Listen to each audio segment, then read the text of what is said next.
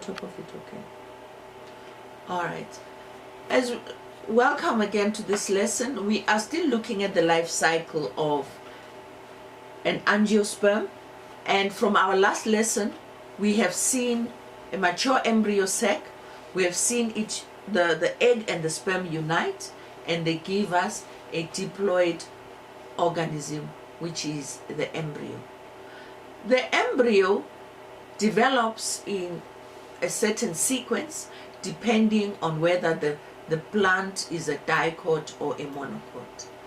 I will not dwell a lot on this because I've shown you lots of these things in photographs or diagrams that come from a book such as this, and as well as diagrams that I've done myself by hand.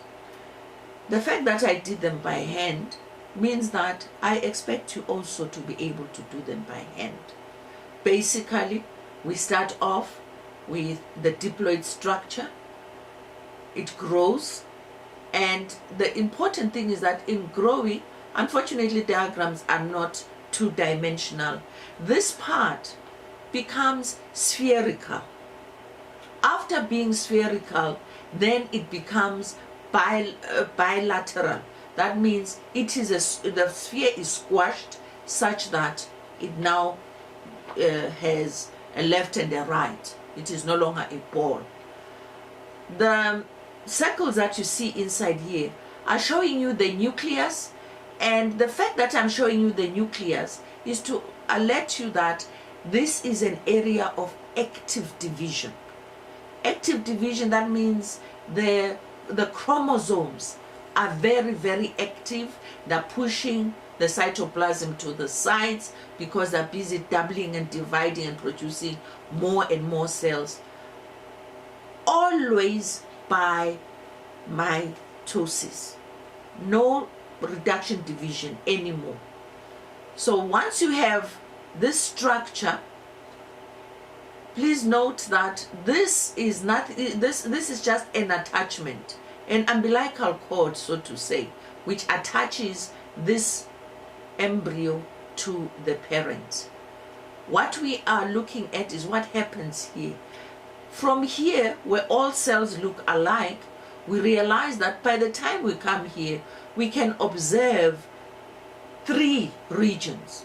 We can observe that on the outside, there is a cover, a kind of an epidermal layer.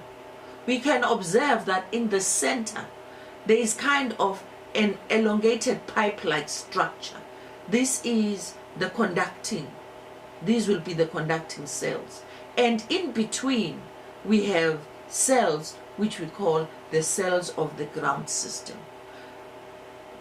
This ability for cells to change from where everything was the same to where now they start taking different shapes. This is what we call differentiation. Cells change to specialize for the function they're going to do. So these cells out here, even though all cells are the same, for them, they will develop the protective structure because they're on the outside. These cells here will develop the ability to conduct because they are here by virtue of their location. These cells that are here are now the sort of cushioning cells, but they are the living communication from here to there to there, such that everything functions as a unit. But at this point, these cells are capable of changing and doing something else. When they change, for example, if this cell changes to become this cell, then we say it is differentiating to be here. If this cell is changing and going back to be like that, we say it is de-differentiating. Okay. This is what a mature dicot embryo will look like. These extensions which we see out here are the baby leaves or the cotyledons. This depression here is the area of active differentiation, the area of active growth, the meristem. This is the shoot apical meristem. This is the root apical meristem. And what we call the procambium, please, it doesn't really have anything to do with cambium. It's just that cambium is in the vascular system. This is the baby vascular system. We just call it the procambium, but it doesn't mean that it is the first cambium. No, it is the first vascular system. The cells here will be more elongated. The cells here will have dense cytoplasm.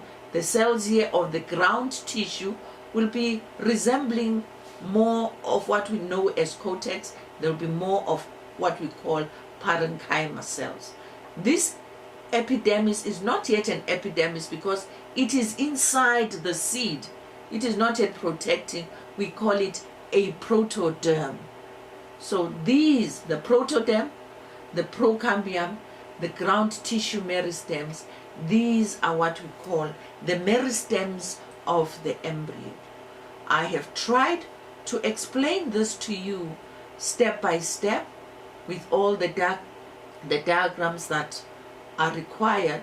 Here it is to show you the development of a monocot, to show you the formation of the single leaf as in Allium cepa, which is the onion. And I expect you to be able to do this. If you have problems with any of these, please let me know. Let me point out the fact that the shoot apical meristem in the monocot is not at the apex, it is at the side of the embryo.